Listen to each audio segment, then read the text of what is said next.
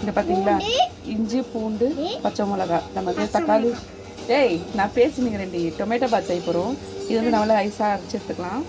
இது கூட வந்து வெங்காயம் தக்காளி இது வந்து எண்ணெயில் போட்டு வதக்கிறதுக்கு நான் குடமிளகாயும் கட் பண்ணி வச்சுருக்கேன்.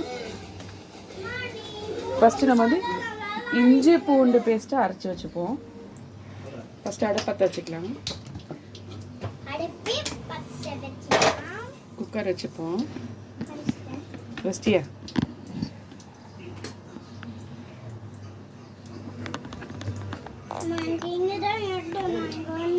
நீ அங்கேயே நில்லுமா. நீ எதுவும் போட தேவையில்லம்மா, இதுக்கு மேலே தெரிக்குமா எல்லாமே. நீ அமைதியா இரு.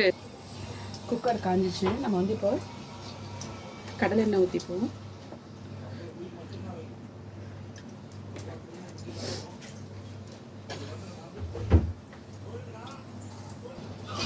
எண்ணெய் காஞ்சிச்சு. இப்போ நம்ம வந்து சோம்பு போட்டுக்கலாம். சோம்பு பாருங்க, கிராம்பு, பட்டை, இது நல்லா பொரிஞ்சதும் வெங்காயம் எடுத்துக்கூட. எண்ணெய் நல்லா காஞ்சிச்சு. இப்போ நம்ம வந்து வெங்காயம் போட்டுக்கலாம். அதுக்கு இதோட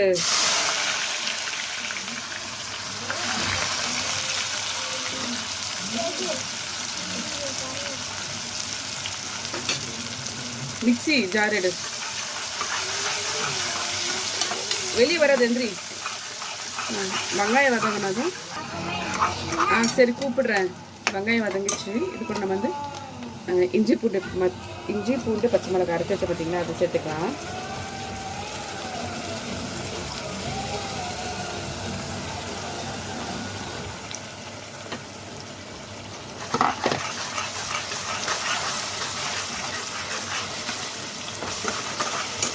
கட் பண்ணி வச்சிருந்த குடமிளகாயும் சேர்த்ததுலேயே இது கூட வதக்கிக்கலாம்.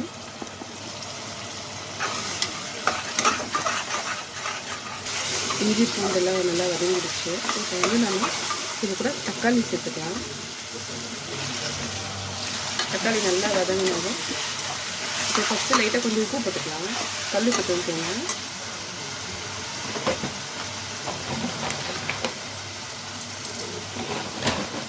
கொஞ்சமாக தான் போட்டிருக்கேன் வெங்காய தக்காளி வதங்குற அளவுக்கு. கொஞ்சம் மஞ்சள் தூள் இது கூட சேர்த்துக்கோங்க.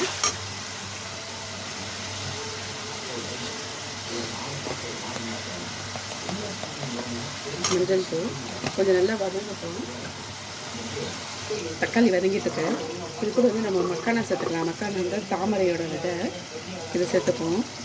இது வந்து நல்லா சுருங்கிடுச்சுன்னா அப்படியே சாப்பிடும்போது எறா சாப்பிட்ற மாதிரி இருக்கும்.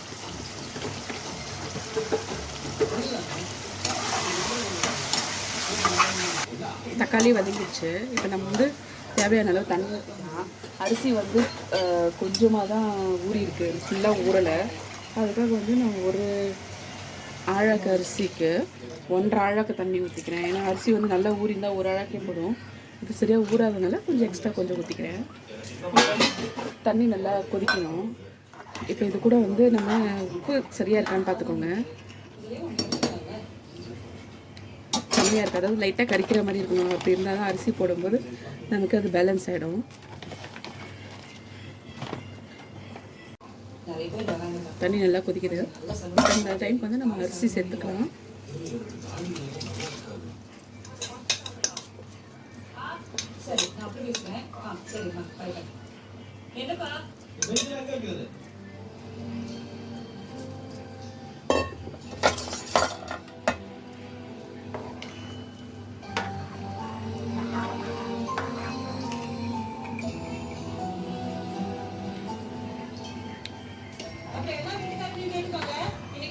நல்லா கொதிக்கிட்டோம். கொதிக்கும் போது நம்ம வந்து குக்கரை மூடி விசில் வச்சுருவோம்.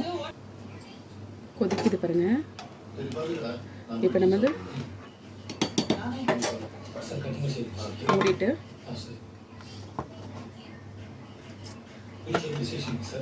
விசில் போட்டுருவோம்.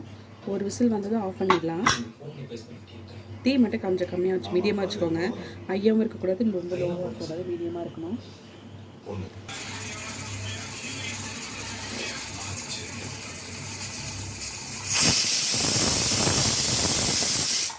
ஸ்டவ் ஆஃப் பண்ணிடலாம். தம் போனதுக்கப்புறம் ஓப்பன் பண்ணி பார்க்கலாம்.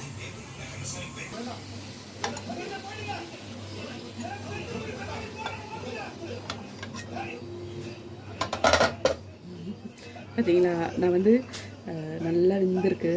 நான் வந்து கேசரி பவுடர்லாம் எதுவும் போடலை, வெறும் மஞ்சள்தூள் தான்.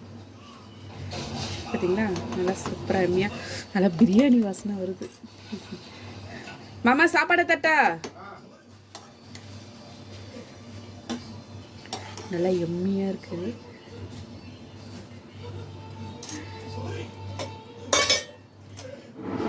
இன்றைக்கி வந்து டியூஸ்டேன்றதுனால நான் வந்து வெஜிடேரியன் தான் பண்ணியிருக்கேன்.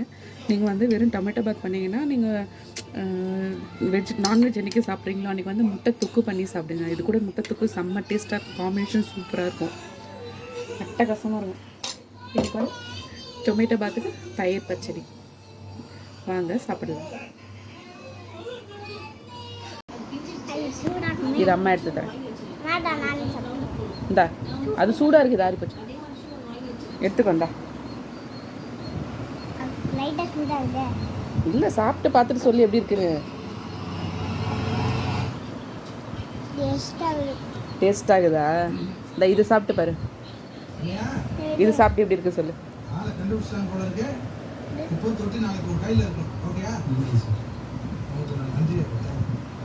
எப்படி இருக்கு?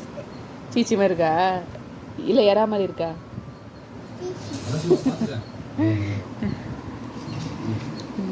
நல்லா இருக்கா? உனக்கு பிடிச்சிருக்கா?